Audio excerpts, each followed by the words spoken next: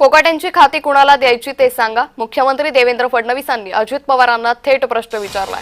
हायकोर्टाने स्थगिती दिली तरच कोकाटेंचं मंत्रिपद वाचू शकतं।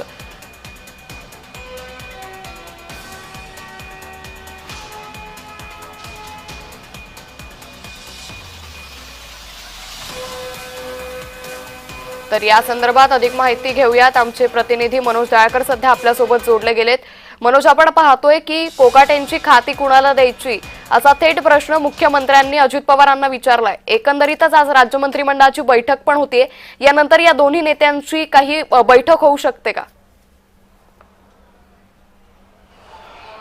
नक्कीच या ठिकाणी हे दोन्ही नेत्यांची पुन्हा एकदा बैठक देखील होऊ शकते, कारण की आता राज्य मंत्रिमंडळाची बैठक होण्याअगोदर या दोन्ही नेत्यांची बैठक ही पार पडलेली आहे आणि दोन्ही नेत्यांमध्ये आपण बघता 20 मिनिटं चर्चा झालेली आहे कोकाटेंवरती। आणि या प्रश्नावरती डायरेक्टली मुख्यमंत्री यांनी थेट अजित पवार यांना बोलले आहे की कोकाटे यांचं खाते हे कोणाला द्यायचं, कारण की हायकोर्टाकडे या ठिकाणी स्थगिती आली तरच कोकाटे यांचं जे मंत्रिपद आहे ते राहू शकतं, अन्यथा त्यांचं मंत्रिपद हे कोणाला द्यायचं यावरती तुम्ही निर्णय घ्या, असं देखील या ठिकाणी मुख्यमंत्री यांनी देवेंद्र फडणवीस यांच्यावरती उपमुख्यमंत्री अजित पवार यांना सांगितलं होतं। आणि त्यानंतर आता अजित पवार हे देखील आता जे निर्णय आहे हायकोर्टाचा त्यावरती आता अवलंबून आहे की मंत्री कोकाटे यांचं मंत्रिपद राहतंय की जाते करून, कारण की आपण बघितलं नाशिक शहरातील उच्चभ्रू परिसरामध्ये माणिकराव कोकाटे यांनी 30 वर्षापूर्वी अल्प उत्पन्न गटातून सदनिकाही मिळवलेली होती आणि त्यांच्या या सदनिकामध्ये त्यांचा भाऊ विजय कोकाटे, पोपट सोनवणे आणि प्रशांत गोवर्धन हे 4 जण यामध्ये